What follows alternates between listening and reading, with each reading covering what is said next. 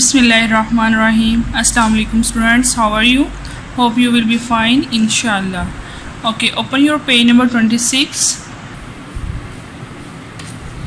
And today I am going to deliver lecture number 9, unit number 3, lesson 1. And the topic is Anansi and 5. Anansi और 5. इस जो topic है इसको हम लोग को इसकी अंडरस्टैंडिंग, इस टॉपिक की अंडरस्टैंडिंग इसकी रीडिंग और उर्दू ट्रांसलेशन के बाद पता चलेगी। और इस लेसन में हमारे लिए एक मॉरल लेसन भी है, तो इंशाल्लाह हम लोग इसको पढ़ते हैं और इसके एंड पे हम लोग इसका मॉरल लेसन भी देखते हैं क्या है। ठीक है, let's start. Once upon a time long ago there lived a creature called Anansi. एक दफा का जिक्र है, बहुत अरसा पहले अनांसी नाम का एक हैवान होता था। क्रिएचर हैवान। Some time Anansi was a spider. बाज औकात अनांसी मकड़ी होता। Sometimes he was a man. बाज औकात वो इंसान होता। And other times he was strange mix of the two. और बाज़ औकात वो दोनों का एक अजीब सा अमेज़ा होता। ठीक है। अनांसी was trickster. ट्रिक्स्टर कहते हैं चक्करबाज को या धोखा देने वाले को। अनांसी was a trickster and he was having a difficult time. अनांसी एक चक्करबाज था और वो मुश्किल वक्त से दुचार था, यानी वो एक मुश्किल वक्त से गुजर रहा था। He had no money to buy food for his family. उसके पास अपने घर वालों के लिए खाना खरीदने के लिए पैसे नहीं थे। As he walked around the village, एक रोज सुबह सवेरे वो गांव के गिर्द टहलते हुए as he walked around the village one morning, he had a scowl on his face and a growl in his stomach. Scowl कहते हैं तेवरी, यानी कि गुस्सा आना। ग्राउल कहते हैं गड़गड़ करना, जब आपको भूख लगी होती है आपके पेट से आवाजें जो आती हैं उसको कहते हैं ग्राउल। ठीक है। एक रोज सुबह सवेरे वो गांव के गिर्द टहलते हुए इसकी तेवरी यानी इसको गुस्सा आया हुआ था और वो इसका पेट जो है वो क्या कर रहा था, गड़गड़ कर रहा था भूख की वजह से। Passing by a neighbour's house Anansi heard something that pleased him. एक पड़ोसन के घर के पास से गुजरते हुए अनांसी ने एक ऐसी बात सुनी जिसने इसे खुश कर दिया। The neighbour was an old witch. पड़ोसन एक बूढ़ी जादूगरनी थी। विच जादूगरनी। She was an angry and unpleasant witch who became furious whenever anyone said her name. वो एक गुस्सीली और बदमिजाज जादूगरनी थी जो गुस्से में आ जाती जब भी कोई इसका नाम लेता था। She hated her name. उससे अपने नाम से नफरत थी। All through her life, people had laughed or looked surprised when they heard what her name was. Can you guess what her name was? सारी उम्र जब भी लोगों ने इसका नाम सुना वो हंस दिए या हैरान हो गए। क्या आप पूछ सकते हैं इसका क्या नाम था? It was 5. इसका नाम 5 था। Anansi peeked through a gap in the witch's fence. अनांसी ने जादूगरनी की दीवार से अंदर झांका। She was stirring her big cooking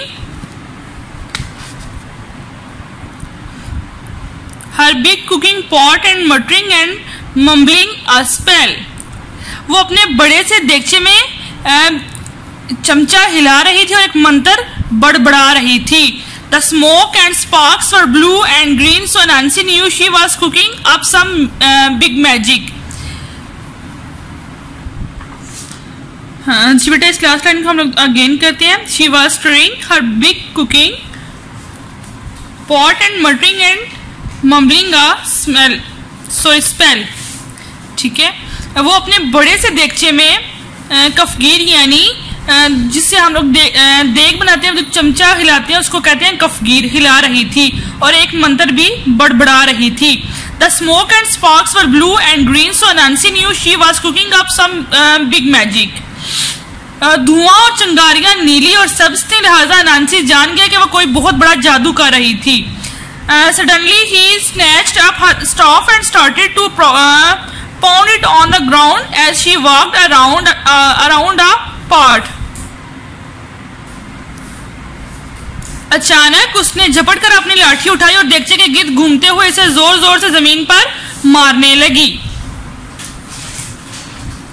Anansi listened carefully to what she said. I curse anyone who says the word five to disappear forever. Anansi ने गौर से सुना कि वो क्या कह रही थी। वो कह रही थी कि जो कोई भी 5 का लफ्ज कहेगा मैं बद्दुआ देती हूँ कि वो हमेशा के लिए गायब हो जाएगा। Anansi rubbed his hands together and jumped around on his 8 hairy legs. Anansi ने हाथ मले और अपनी 8 बाल भरी टांगों पर इधर से उधर उछलने लगा। This could make me some money और get some food on a table for my family. इससे मैं कुछ पैसे कमा सकता हूँ या अपने घर वालों के लिए मेज पर कुछ खाना सजा सकता हूँ। He smiled widely and his sharp teeth sparkled. वो खुलकर मुस्कुराया और इसके तेज धार दांत जगमगाए। Anansi rushed to the path that ran along the river bank between the village and the marketplace. Anansi भागकर इस रास्ते तक पहुंचा जो गांव और मंडी के दरमियान दरिया के किनारे जाता था। Soon everyone who was going to the market would walk past. जल्द ही मंडी जाने वाला हर फर्द वहां से गुजरता। They would be on their way to buy the delicious yams, wheats, pulses and grains that would be piled high in the market. वो मजेदार कचालू, चुकंदर, दालें और अनाज खरीदने जाते जिनके मंडी में ढेर लगे होते हैं। बेटा यम्स, कचालू, बीट्स, चुकंदर, पल्सेस, दालें, ग्रेन्स, अनाज। ठीक है, next. Anansi set to work and piled up 5 mounds of earth near the path. Anansi ने काम शुरू किया और रास्ते के नजदीक मिट्टी के 5 ढेर लगा दिए। They looked just like he had planted 5 yams. वो बिल्कुल ऐसे लग रहे थे जैसे 5 कचालू बो दिए गए हों। Then he sat down and waited.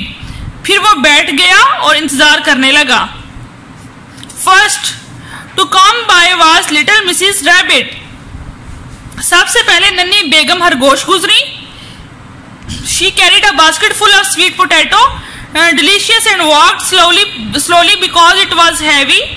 उन्होंने शकरकंदी के टुकड़ों से भरी एक टोकरी उठा रखी थी और आहिस्ता आहिस्ता चल रही थी क्योंकि ये वजनी थी।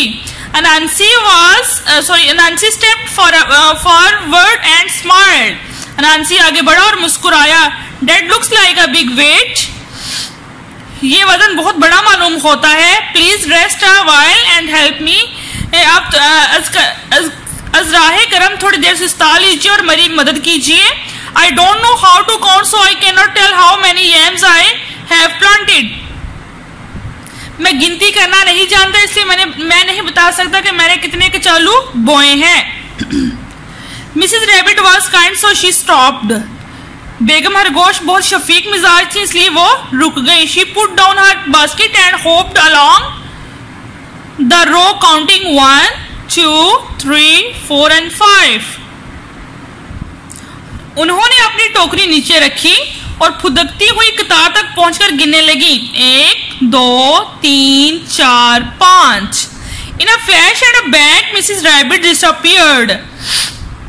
एक झमाके और धमाके के साथ बेगम खरगोश गायब हो गई। Anansi gobbled down the whole basket of sweet potato in seconds. Anansi ने आनन फानन शकरकंदियों की पूरी टोकरी हड़प कर डाली। He licked his lips and sat down again to wait. उसने होंठों पर जुबान फेरी और फिर से इंतजार करने बैठ गया।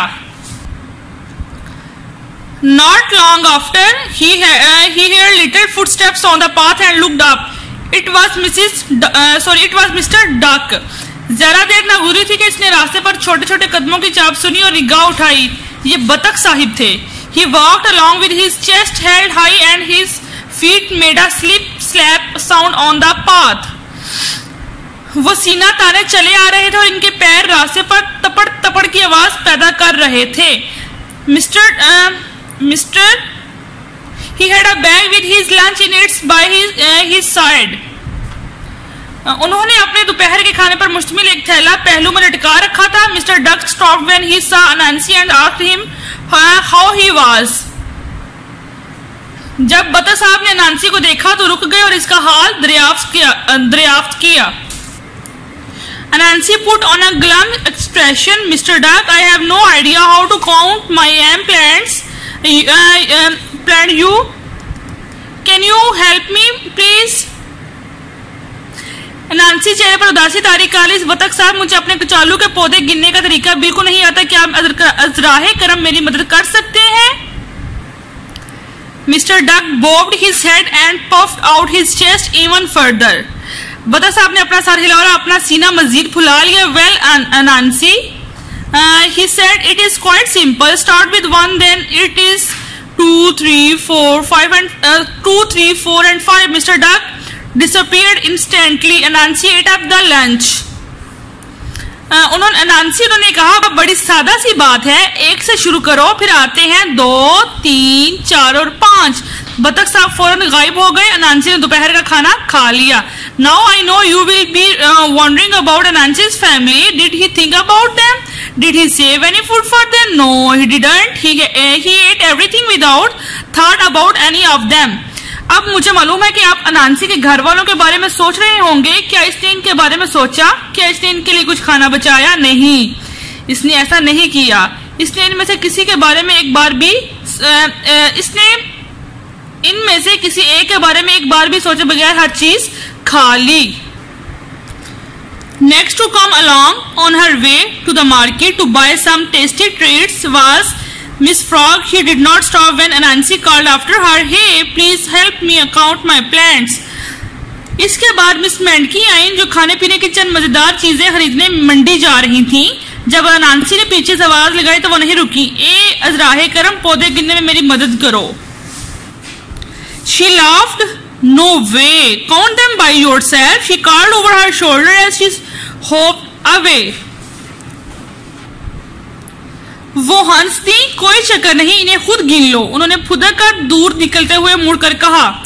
It did not bother Nancy too much because he knew there would be plenty more chances for him to try his trick. He imagined what delicious foods he would find. He did not imagine taking any to his hungry children. He was going to eat as much as he could fit in his stomach and then come back and try the trick again on another day. अनांसी इस बात से जरा परेशान ना हुआ क्योंकि वो जानता था कि अपना चक्कर चलाने के इसे और भी बहुत मौके मिलेंगे। इसने तसव्वुर किया कि इसे कौन कौन से मजेदार खाने मिलेंगे। इसने इनमें से किसी एक को भी अपने भूखे बच्चे के पास ले जाने के बारे में नहीं सोचा। इसके पेट में जितना समा सके वो इतना खाना चाहता था और फिर किसी और दिन वापस आकर यही चक्कर आजमाना चाहता था। A scurrying sound pulled Anansi out of his daydream. It was Mrs. Shrew. On her tiny bag, she had a huge load of freshly made pies that she was hoping to sell. The load was 3 times her size and her face was red from the effort she was making. ओ मोहतरमा श्रो, आपको देखकर बहुत खुशी हुई। थोड़ी देर के लिए बैठ जाइए और सुस्ता लीजिए, यानी आराम कर लीजिए। मुझे अपने पौधे गिनने के लिए आपकी मदद की जरूरत है और आप अपनी अक्लमंदी मेरे साथ बांट सकती हैं। अनांसी मुस्कुराया और अपने तमाम तेज धार दांतों की नुमाइश की। वो दिलकश भरपूर कोशिश कर रहा था क्योंकि वो बड़ी शिद्दत से तमाम कचौरियां खाना चाहता था। ओ लेडी श्रेयू, how nice to see you.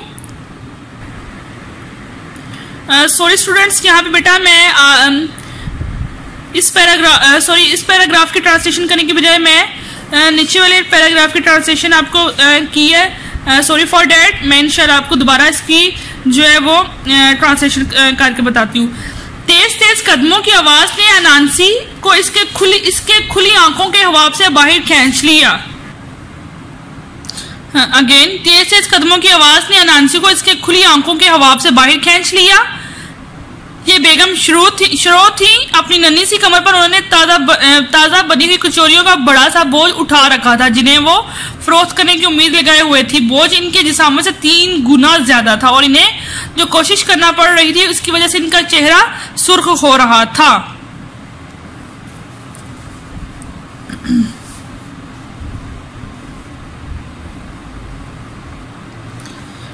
lady Shro. How nice to see you. Sit a while and rest. I need your help to count my plants, and you can share your wisdom with me. And Anansi grinned and showed all his sharp teeth. He was trying hard to be charming because he really wanted to eat all the pies. ओ मोहतरम श्रो, आपको देखकर बहुत खुशी हुई. थोड़ी देर के लिए बैठ जाइए और सिस्ता यानी आराम कर लीजिए.